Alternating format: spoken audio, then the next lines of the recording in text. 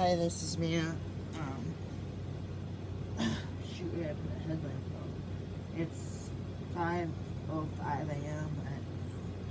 I'm still on time, and I should have left earlier than that. I should have left at 5, right before 5, probably. This is a bug. I'm gonna pick stuff off the ground while clearing. Hold on. Putting my boots on. I gotta not wear those zip-up ones, the easy ones, because they're starting to hurt my feet again. But this place is a mansion compared to what we saw yesterday, and this place is expensive, and every place else is twice as expensive. This place is overpriced. Spend up all the money. Put one of these water bottles in there. Pockets. I hope my keys are in here. Oh god, no. Keys. Oh shoot, I don't even have hair ties for that matter. You know what? Forget my hair today. My hair is funky anyway, right? I gotta find one of my bank cards. Or at least gotta figure something out. Gotta do a lot of stuff. Alright, we gotta just get out of here. Take my raincoat. I don't know where my other coat is. It's in the car. Oh, the headlamp. Okay. So I got whatever food that I had. Lights are off. It's 5 a.m. Oh, shoot. Oh, here's the extra one. I left my headlamp in the vehicle. Dark.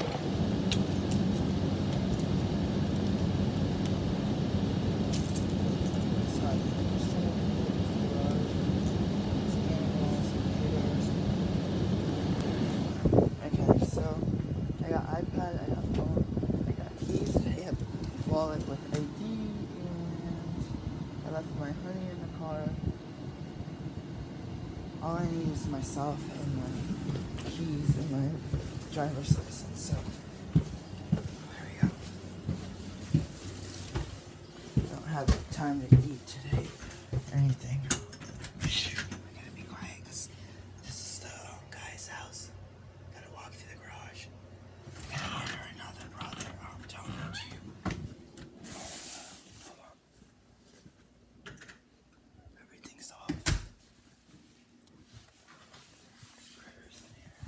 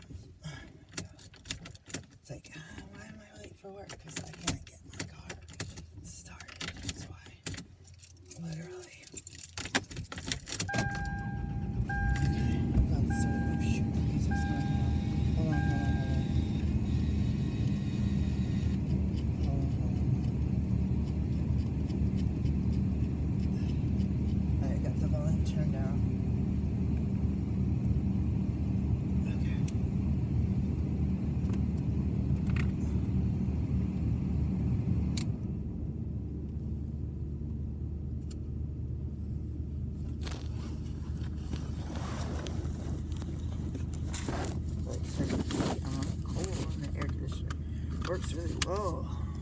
Comes out nice and cool when it's already cool out. We're not gonna see anything until we get to the main road. Well, I might see something. Let's see. Let me look around. It is smart to put the white lights in. Going out of the city, Portland, and thinking there's so many city lights, right? And you're like, oh, well, why are there lights in the back? White. Oh, so they know that that's not the brake light. Oh, because that actually, you can actually see, sorry, behind you, like a flashlight. So we went and looked at this place, and we joked all morning yesterday about this place. Sounds like it's in the hood. I don't want to stereotype from the people that told me about this property.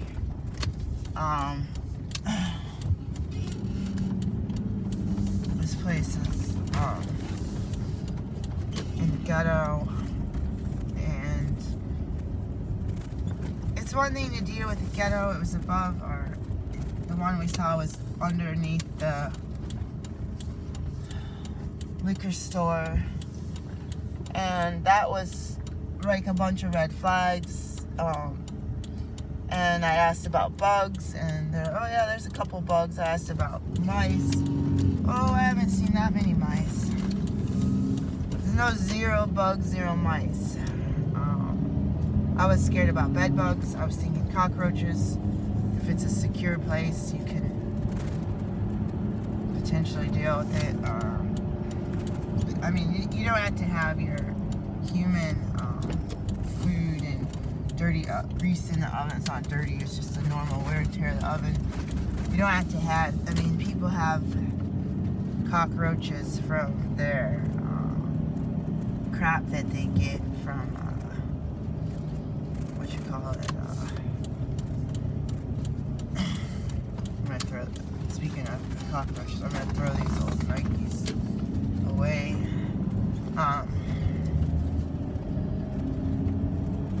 So what I'm looking for, this guy's got some really bright lights. That distracted me, it was so bright. It's like double bright. My God, I didn't even weigh in. Okay, so since that light and everything distracts me so badly, so my son was probably the first one to say, Mom, you have ADHD. I'm like, bro. Someone said that to my kid when he was little at church, and I was mad and I complained. Some teenager whose little brother had ADHD, and I was like, oh, maybe my kid did. But I don't know. I complained because I guess my son must have told me that. Like, that's not appropriate for, I think it was Vacation Bible School. Like, it's not appropriate for someone to say that. And it was like a kid who said, I mean, you don't sit there and yell at some kid in front of everybody about a ailment, you know, even if they do or don't have it, you know. Whoa, that distracted me too. I gotta speed up. I'm going below the speed limit. Okay, so this place we saw yesterday, all I'm gonna say is oppression, oppression, oppression. It was full of flies. There's a fly strip. It was full of cockroaches.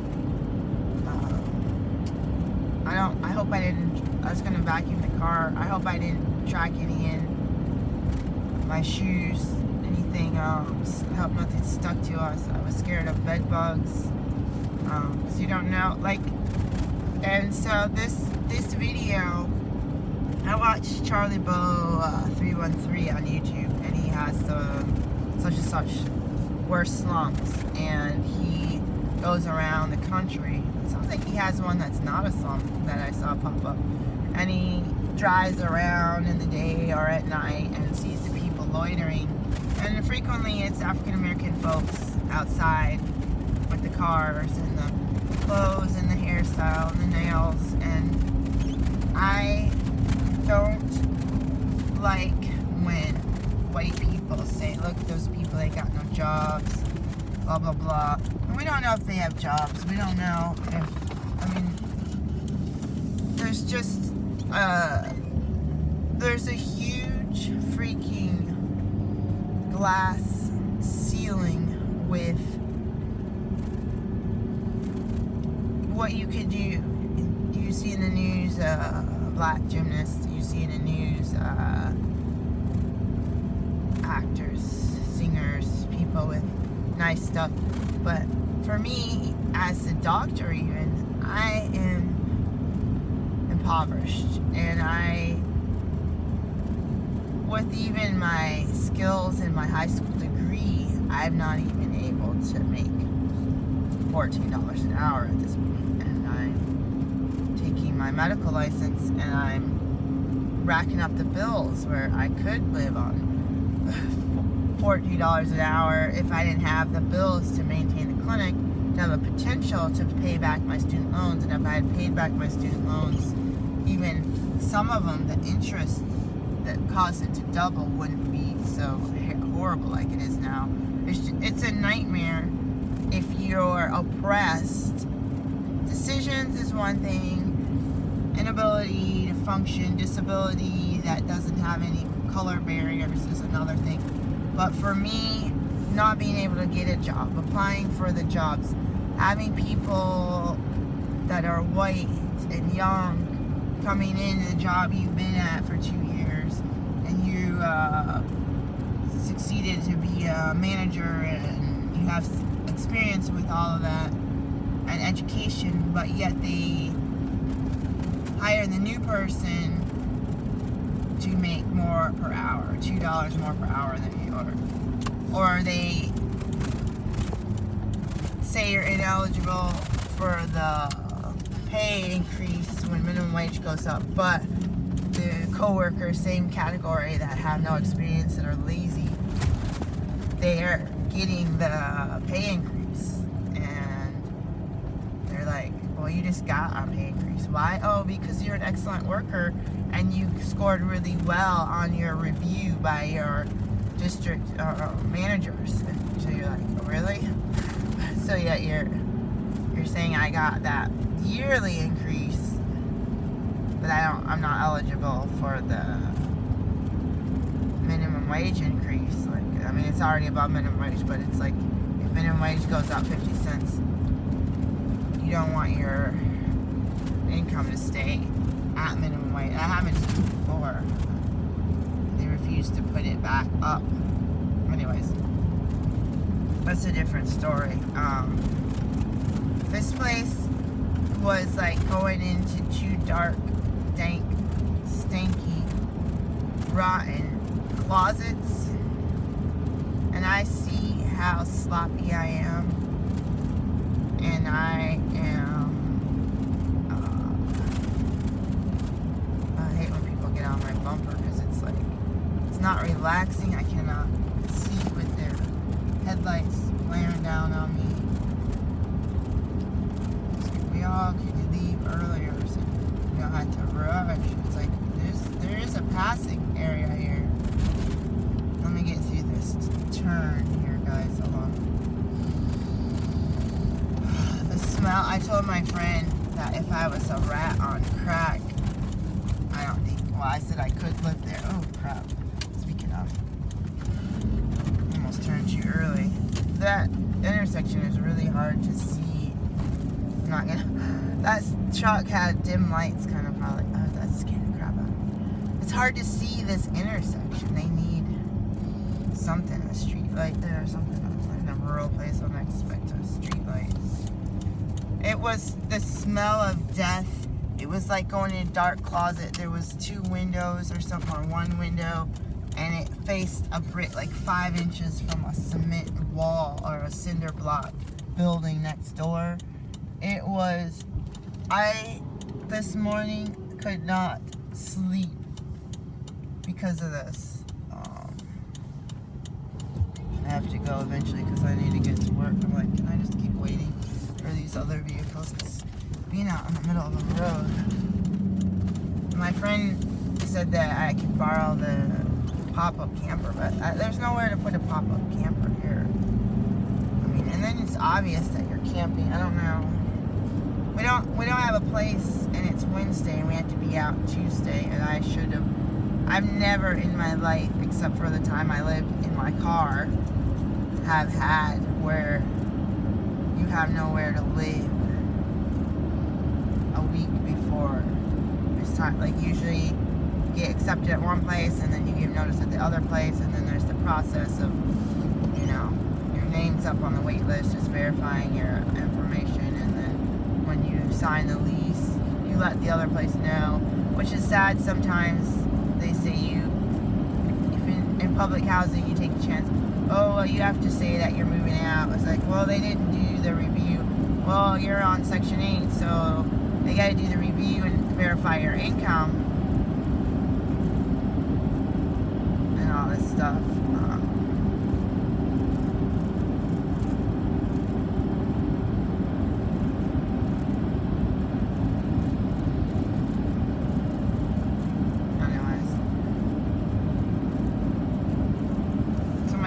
Why you're not going to be back? I said, I don't want to. They interrupted. I don't want to quit our jobs, and we're here only for one purpose, and that's to stay with his kids. And I'm about to take the notary. I'm going to look up the notary and loan signing from Oregon and do the reciprocal.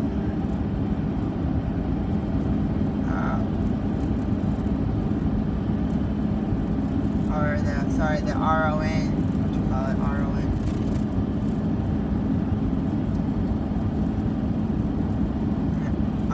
Remote online notary. So Oregon pays, at least they pay $10 a signature. Anyways, I got a $30 check in my bag. I got my tax return from Maryland, I think. Wait for the federal one. I thought my Maryland was going to be $1,000. It was like $800 and something. It's better than nothing. And then the federal one, the tax return was a nightmare. So, and I haven't had a chance to complain. Now, I have to move on from complaining or missing out on opportunities. I just have to move on. There's a class action lawsuit taped onto the wall for Blue Cross Blue Shield. I got to sign up for that.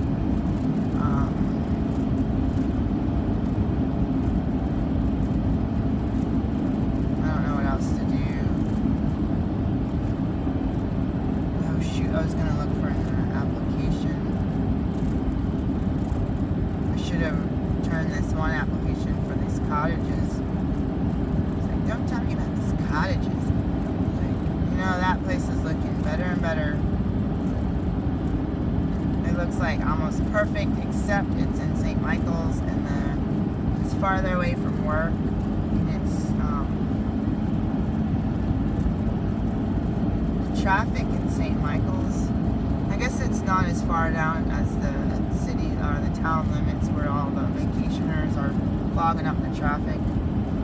But it's definitely not the same road like we live in, where you have to do that left turn and there's too much traffic coming in both directions, and it's like hard to get out even when the light's red. I don't think there's a light at that place I'm talking about. So I'm trying to grow my hair by not having the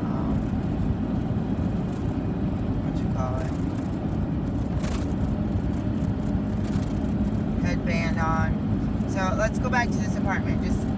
Okay, so I was talking about a slum full of cockroaches and flies and the smell of death, and we peeked into the bathroom. I couldn't even look in the bathroom. It smelled so bad. And I come back home and say I should have appreciated this place better, should have cleaned up better. I hope I can leave it. We don't have any place to go, so there's nowhere to move stuff out. I hope we can, figure that out. Like, it's just a nightmare. And I feel like this place we saw had holes everywhere, and round paneling, and holes and cracks.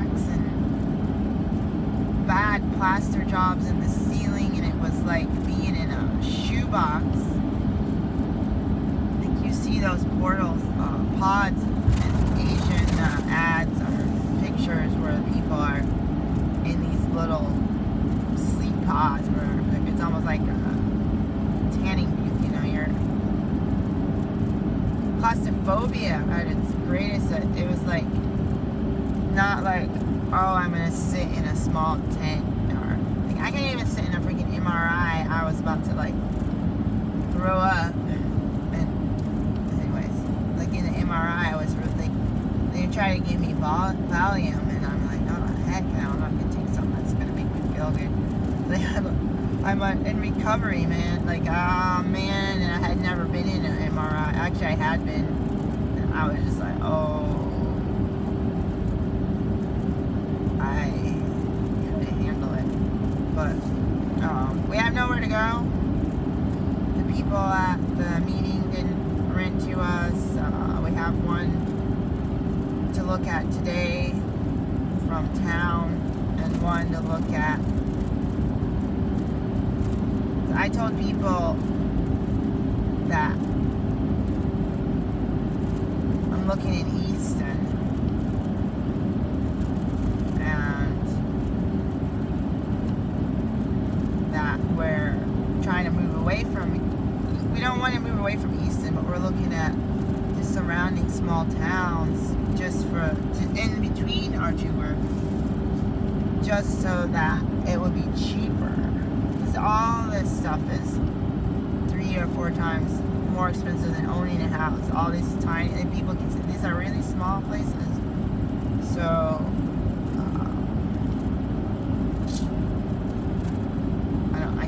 I'm gonna cry. I'll just let myself cry.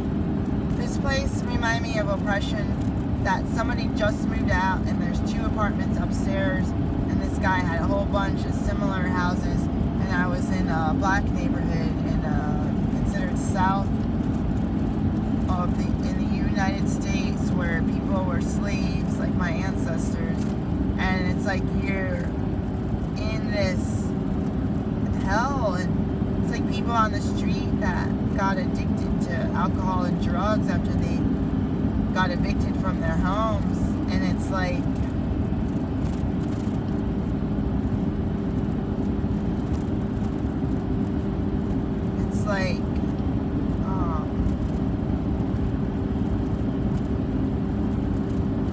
living like that, like a rat. And even rats have, communities and housing, like wherever they burrow or whatever, they sleep or whatever. But living like a rat, abandoned in the street, or neglected by society. Our tax money goes to pay for all these people, to millionaires. Like, it's sick. Like, I don't pay taxes, so a bunch of Republicans can say we don't want to continue any COVID relief. Like, I'm forced to pay the taxes. I'm forced to pay these people to be clean cut and dressed up and go to one of their 5 vacation homes that they own, and who knows how much investment property and, stocks and bonds, and, I'm not able to do that because, I'm not going to have a tax dependent next year. I'm going to be taxed, 10, 20, already taxed like 15% when you have 1 or 2 dependents. I'm going to be taxed like 30%.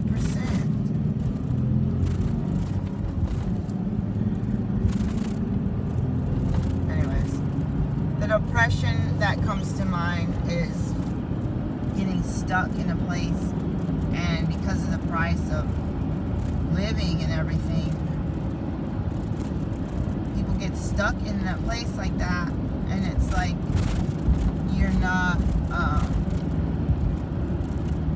able to get out, but you got to work all the time in order to even have a crappy place in a crappy neighborhood. And so you're going to end up stuck in this rat race of going to work and coming home to drink and get high so that you can tolerate the cockroaches running all over your kitchen sink. And I guess my boyfriend saw him coming out of the bathroom, and a bunch of cockroaches streaming out of the bathroom sink. My glasses were blurry.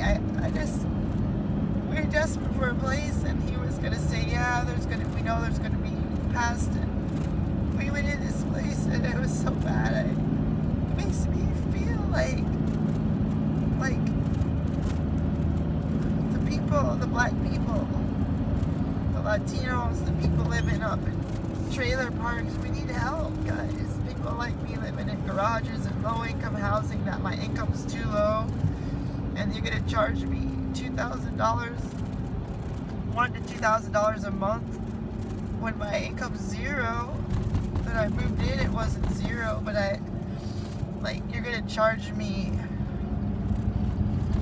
money that I can't afford. That's supposed to be 1/3 of my income, and if it was 1/3 of my income, I would be satisfied. So it's not looking for a handout, it's looking to not get ripped off. If you're making $10,000 a month, and you're like, oh crap, I don't want to pay $2,500 for my home mortgage, you know. But you don't have to live in that place, in that neighborhood, and you can still pay off your student loans, and you can still put your kids in private school, and you can still go eat and buy food. And if you don't have bread, you don't have to go to the expired bread place and go get something that's going to get moldy in 12 hours, you know what I mean? And you're going to not have, if you're buying that place, yeah, people say you're in a prison, but you're not going to have to be, what's the word I'm looking for?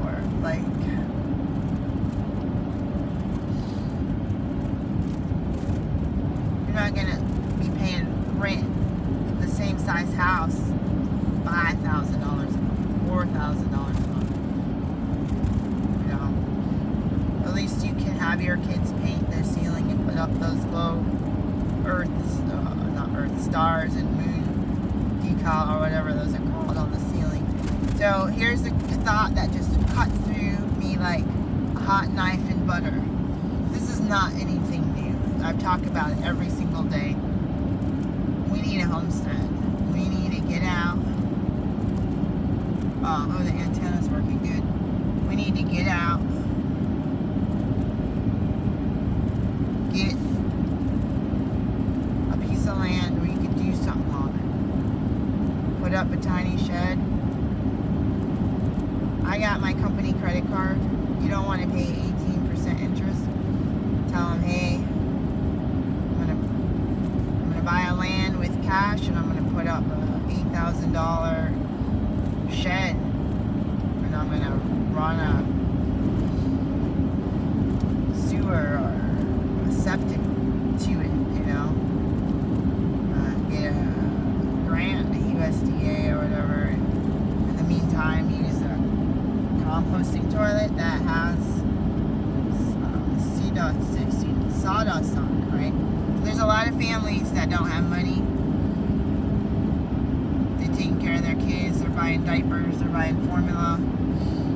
I mean, I don't know if they're no income, maybe they got on welfare, they didn't pay their rent because rent was higher.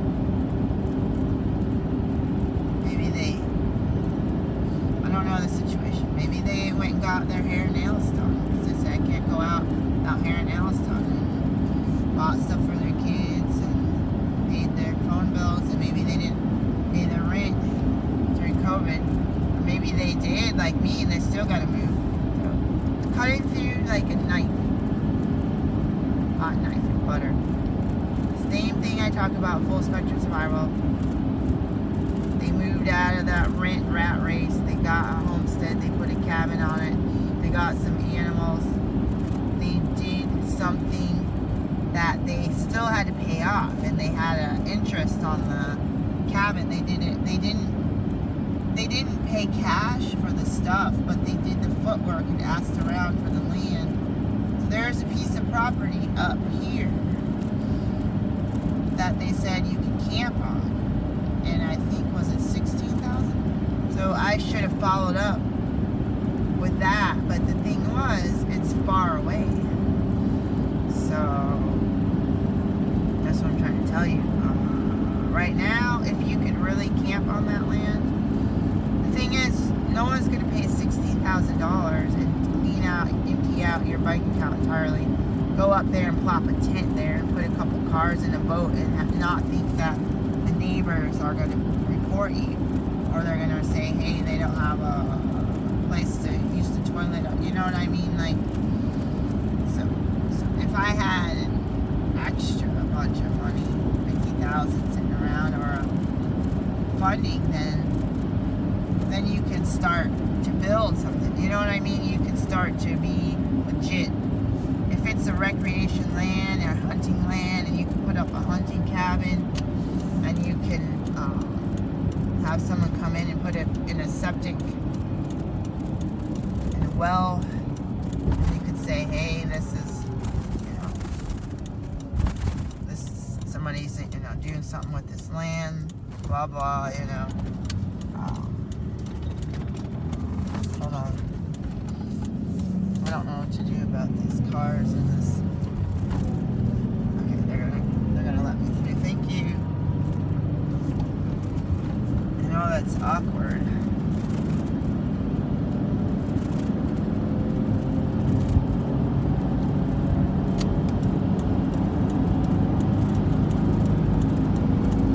Oh my God, I almost got in an accident.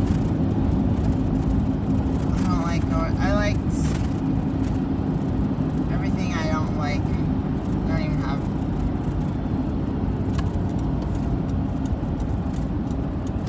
I kind of like going to work at like 4:30 in the morning instead of 5. Oh my God. It's like, there's too many cars. I can't. Oh, that was scary. My heart is racing, guys. I'm going to sign off here in about 2 minutes. The homestead thing, you pay your taxes, you own a land, you put something livable on it,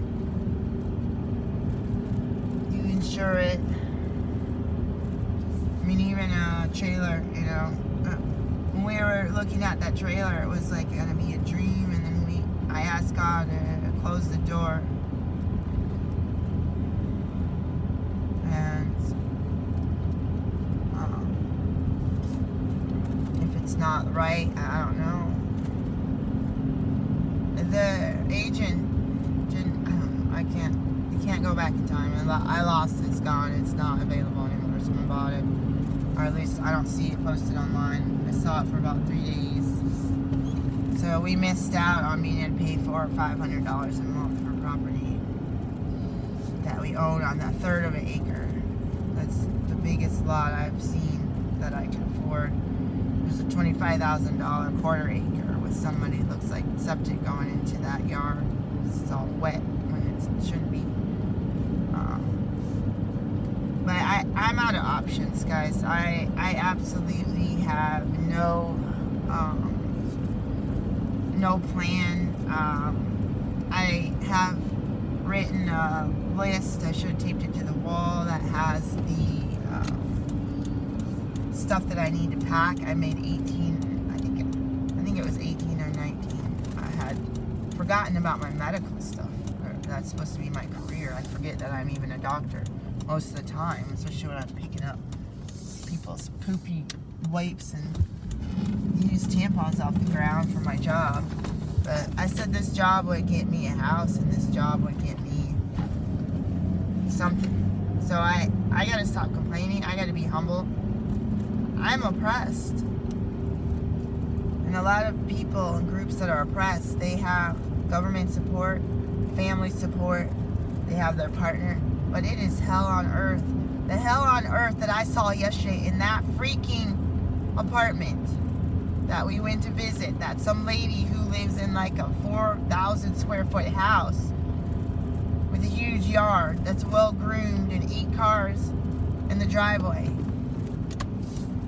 She told me about this crap hole, and it makes me feel sick that anybody lived there. And am I blaming the landlord? Maybe. Oh, shh, there's somebody. Shh. We gotta stop. I'm glad the window wasn't open.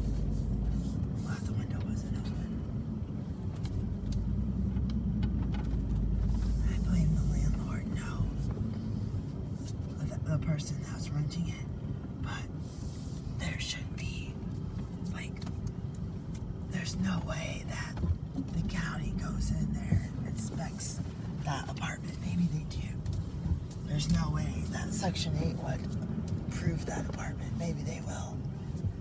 So, this guy starts to say he's helping people. What you need to do is gut these places and pay somebody. If you got 10 houses and a bunch of apartments, pay somebody to clean them up and then rent them. Charge $200 extra a month. Don't let us people, brothers and sisters, live like that. That's why people live on the street. So you rather live in the street than to live like what I saw yesterday. You rather live in a Walmart parking lot. So we're gonna pray about alternate ideas. I gotta get going, and we're gonna pray about what I could do here. And I'm about to start asking people with farm and forest, hey, can I squat here and pay you rent for so many days? And I'm gonna go spend $90 or $100 on a sawdust toilet, and I'm gonna, whatever it takes, pay to go to the dump once a week, and I'm actually gonna write that up. And when I own property, I'm gonna write up a lease like that and tell people you can do that. You can help maintain the property. If I leave or if I'm not there, I'll take $100 off your rent. Bye.